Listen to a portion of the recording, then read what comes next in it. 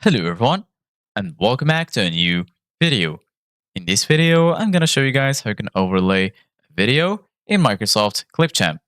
So if you guys want to learn how to do it, just follow the steps that I'm going to show you. As you can see guys, I'm right now in Microsoft Clipchamp and this is how the homepage looks like. So right here in the left side of your screen, you're going to find all of the sections. Here you're going to find the home section, brand kit, templates, and right here, you're going to find your folders. Right here in the center of your screen, you're going to find the option to create a new video. From here, you can create a video with AI. So right now, I'm going to click on create a new video. And then once you do that, you're going to be here in this screen. So basically, guys, right here, you're going to find all of the tools that you need in order to customize your video. So right now, I'm going to click on import media.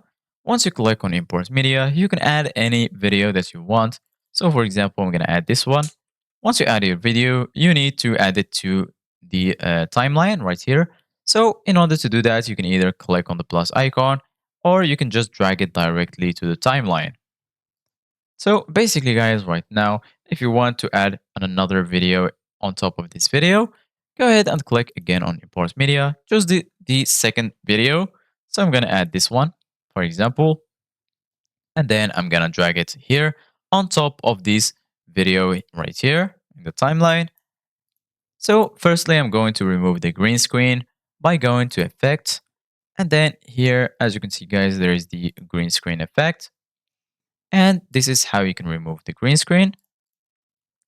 And as you can see, guys, right now we have two videos on top of each other's. Once you finish, go ahead and click on export here in the top. Choose the quality that you want to export the videos with, and then your video will be saved. So this is it, guys, for today's video. Thank you guys for watching. See you guys in the next video.